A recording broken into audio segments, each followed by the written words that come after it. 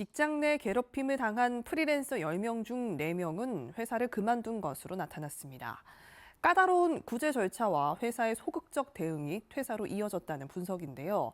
반복되는 직장 내 괴롭힘 문제를 막을 방안은 없을지 김경호 기자가 취재했습니다. 기상캐스터 오유한나 씨의 사망 이후 직장 내 괴롭힘 문제가 수면 위로 떠올랐습니다. 프리랜서 신분이었던 오 씨는 생전 사측에 피해 사실을 알렸지만 별다른 조치가 없었던 것으로 알려졌습니다. 그동안 프리랜서들은 직장 내 괴롭힘에 어떻게 대처해왔을까? 직장갑질 119가 지난해 실시한 설문 결과에 따르면 프리랜서 10명 중 3명은 직장 내 괴롭힘을 경험했다고 응답했습니다.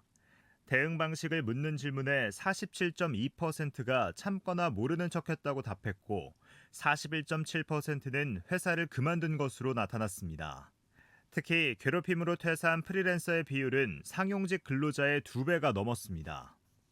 피해 사실을 알리더라도 구제받는 절차가 녹록치 않기 때문입니다. 종속되어 있는지를 보거든요. 그 종속성이란 게 사실 굉장히 주관적이잖아요. 그래서 판례는 여러 가지 기준들을 늘어놔요. 근로계약서를 작성했는지, 취업규칙 등의 적용을 받았는지, 근로자 개인이 입증하기란 쉽지가 않고요. 회사의 소극적인 대응도 프리랜서들의 침묵과 퇴사에 한몫했습니다. 사측의 적극적인 지시와 개입이 프리랜서의 근로자성 인정 문제로 확대될까 우려하기 때문입니다.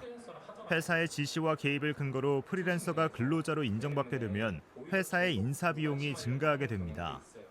법상 근로자로 인정이 돼서 회사에게 근로기준법상 또는 노동법상의 각종 의무가 발생하는 것을 제일 우려하거든요. 그러다 보니까 어느 정도 종속관계를 없애기 위해서 굉장히 쉽게 말해서 무관심합니다. 최대한 개입을 안 하려고 해요. 하지만 프리랜서에 대한 사측의 조치를 인사가 아닌 산업안전의 관점에서 해석한다면 문제는 일부 해소될 것으로 보입니다. 고용노동부는 도급인이 종사자의 안전을 위해 수행한 조치는 근로자 파견의 징표에는 해당하지 않는다고 판단했습니다.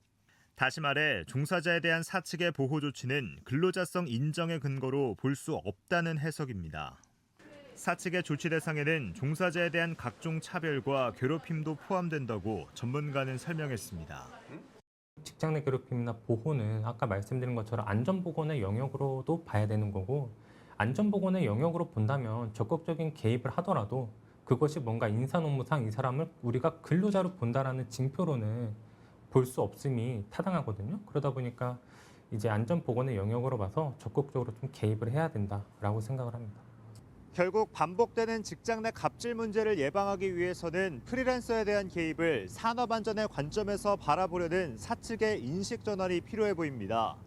KTV 김경호입니다.